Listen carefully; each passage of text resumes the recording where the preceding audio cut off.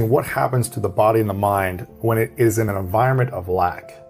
Mentally or physically, I'm in lack. What is the body and the mind saying? Yeah, so the body is saying, I'm waiting for some external event to occur. I win the lottery. I marry the right guy. Whatever it is, that you're waiting for that event to occur. That experience produces an emotion. So the emotion then takes away the lack. And so when we play the game in three-dimensional reality, the creation game in three-dimensional reality, we experience separation from everyone and everything because our senses fool us into the illusion, the hallucination of separation. I'm here and you're there.